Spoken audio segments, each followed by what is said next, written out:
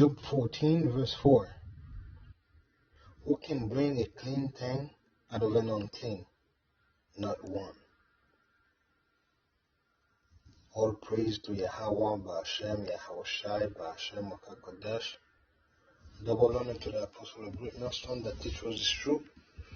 Much love and appreciation to all that can bring the truth and sincerity out there. Shalom to the hopefully elect. Who can bring a clean thing out of an unclean? The answer is simple, not one. Why? Because it's already unclean. It's already unclean. It's like you're gonna cook lamb in the same pot that they've been cooking pork. You know that lamb is gonna be dirty, cannot be clean, right? Okay, Job 14 verse 5. And when I and what and in this case, what is that unclean thing that we're talking? It's that whole system that's unclean. It's the whole people that's ruling the whole world that's unclean. It's Esau Edom, the red man, that's unclean. That's unclean. See? Verse 5. Seeing his days are determined, the numbers of his months are with thee. Thou hast appointed his bound that he cannot pass. Now we're coming into the tribulation time right now. We're going into Jacob's trouble soon. I know that we sounds like straight up like a broken record, talking about those same thing on and on, every study in and out, but this is the time that we're in right now, right? If those prophets do not talk according to my word, they don't talk according to this gospel, they don't talk about prophecy, there is no truth in them, right? Because whatever they're gonna say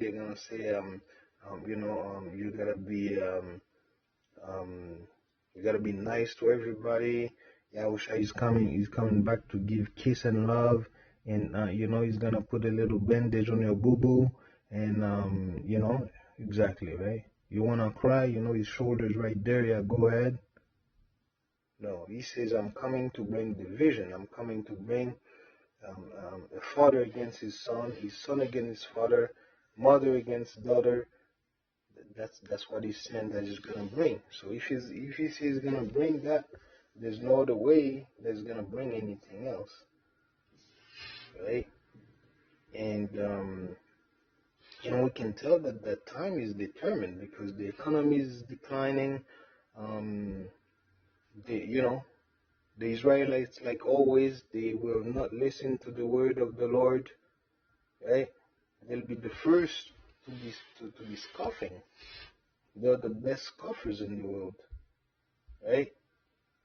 That's why it says a prophet is not a prophet is in his own city, in his own country, because they will not listen, they will not hearken unto his word. Thus they will not hearken unto the word of the Lord, right? But most people are not supposed to get it.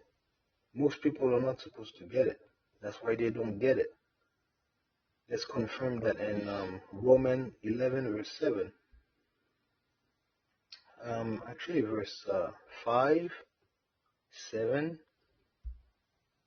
and 17. There's some good stuff in there. 5.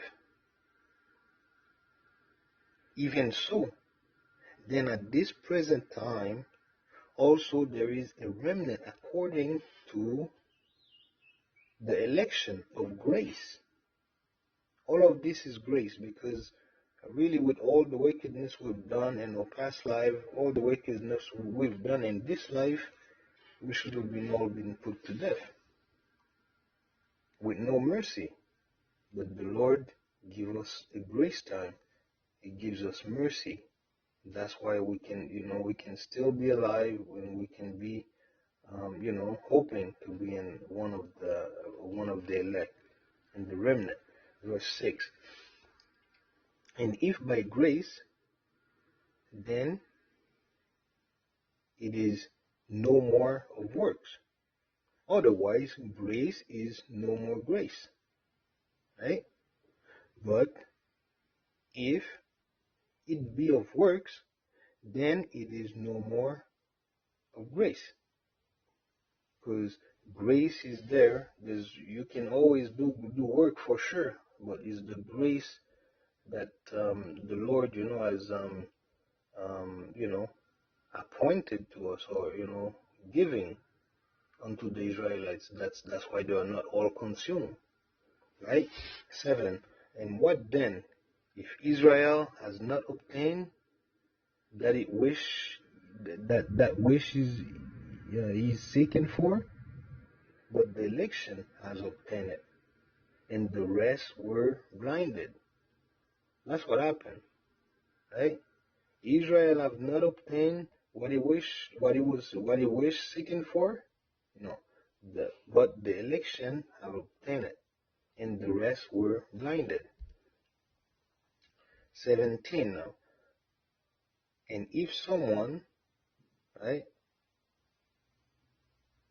Oh no, sorry. Okay, that's good.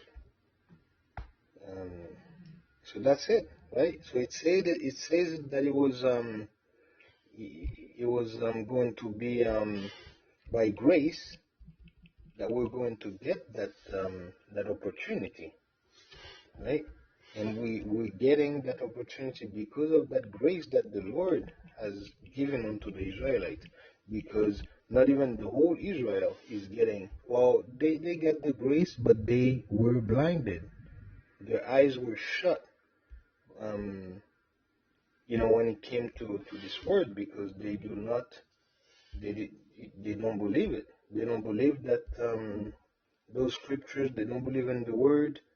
And at the end of the day, they don't even believe in the Lord, right? But when we believe, because we understand what time that we're going into. We see the prophecies being, fulfilled in front of our eyes, and we're listening to the word every day. We're listening to the word every day, and that keeps us close to the Lord. Because if we would not listen, we would be way further away, way further, right? Let's go. And the world, Yahweh B'Hashem Yahushai created it for a group of people, and it's not for everybody. Like right now, we can say that this world right now is momentarily created for who? For the Edomites, because they're ruling. They're the one who's got the scepter of rulership right now, and that's why everybody's mourning. Everybody's not is unhappy. There's gonna be riots. There's gonna be a whole bunch of stuff that's gonna happen. Cold War, Civil War, all that stuff. Right? Okay. Let's go to 2nd Ezra 9, verse 13.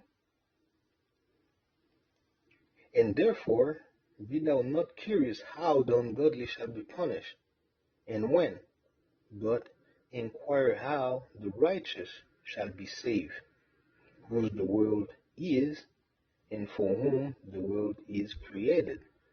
So now we know that the next world coming, which is going to be a rulership that's going to be forever and ever, is created for Israel.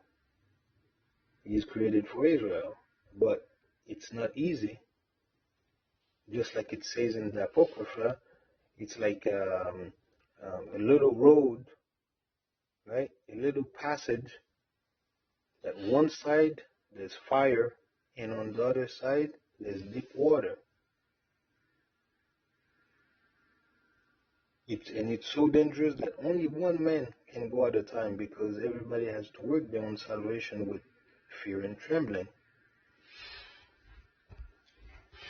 And that's why when we read in Ecclesiastes 2, verse 5, for gold is tried in the fire, an acceptable man in a furnace of adversity. In a furnace of adversity. So it's not going to be easy. And whatever Yahweh has sent to us, we have to cope with it. We have to try to deal with it, because it is part of our process, learning process. It's stuff that we have to understand. It's stuff that we have to overcome, because most people will not overcome them. They will curse the Lord. They will curse the name of the Lord, just like Job's wife. Curse the Lord and die. But Job stayed faithful.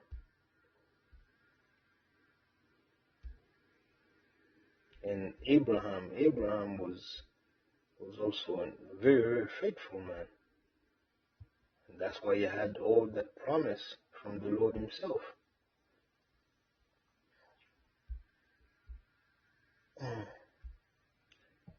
Okay, let's go to Ecclesiasticus 2, verse 1, 5, and 10. And I think that will be, no, there's more. My son, if thou come to serve the Lord, prepare thy soul for temptation. Set thy heart aright, and constantly endure. Constantly endure, because there's gonna be constantly stuff coming to you, coming at your way. But and make not haste in time of trouble. You have to keep calm in time of trouble, which is very, very hard to do sometimes. But with the tons of affliction and temptation you're gonna go into, well, you're gonna learn it. Cleave unto Him, the Lord, and depart not away, that thou mayest be increased at the last end. And we know last end is the end times, right? Whatsoever is brought upon thee, take cheerfully, and be patient when thou art changed into a low estate. Many of us are going to be changed into a low estate from time to time. And we have to still stay faithful and take whatever punishment that comes onto us, because most of the time we do deserve it. Whatever it is, we do deserve it, but it is what it is. 5. For gold is tried in the fire, an acceptable man in a furnace of adversity. Look at the generation of old and see, did ever any that trust in the Lord and what was confounded? And did any abide in his fear and was forsaken? Or who did he ever despise that called upon him? The answer is no, no one. No one. Right?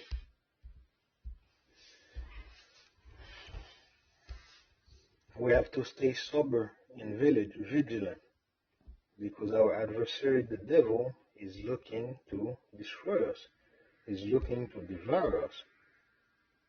We have to stay faithful. Ephesians 6, verse 10 to 12. Finally, my brethren, be strong in the Lord and in the power of his might. Put on the whole armor of Yahweh Shai, that ye may be able to stand against the wiles of the devil. You have to have faith, you have to have trust in the Lord, you have to, all those other qualities that that we have to cultivate every day to be able to withstand all the wickedness, all the tribulation that's going to come from the devil. For we wrestle not against flesh and blood, but against principality, against powers, against rulers of the darkness of this world, which is Esau, Edom, against spiritual wickedness in high places. So there is also some demons that's attacking us, right? They make people act a certain way, do certain things. But anyways, we still have to keep fighting, right? Keep fighting the fight. And at the end, right, the same that shall endure until the end, the same shall be saved. Hopefully this lesson has been edifying. All praise to Yahweh, Ba'ashem, Yahushai, Ba'ashem, Okakadash. Double honor to the apostle of great millstone that teaches us this truth.